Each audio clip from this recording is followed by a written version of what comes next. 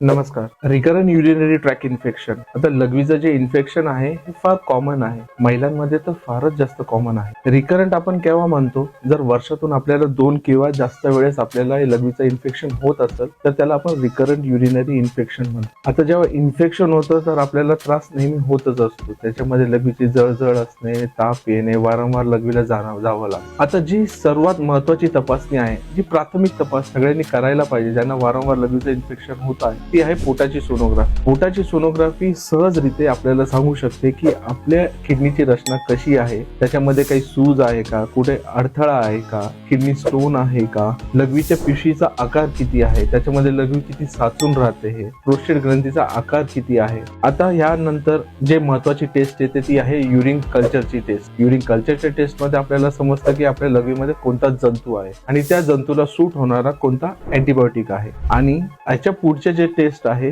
ते फार क्वचित जणांना गरजेचे पडतात. ज्यांना स्ट्रिक्चर युरेथ्राचा त्रास असेल तर मग या सगळ्या तपासण्याच्या आधारांवरती तुमचे युरोलॉजिस्ट नक्कीच तुम्हाला प्रॉपर सल्ला आणि गायडन्स देऊ शकतो. धन्यवाद.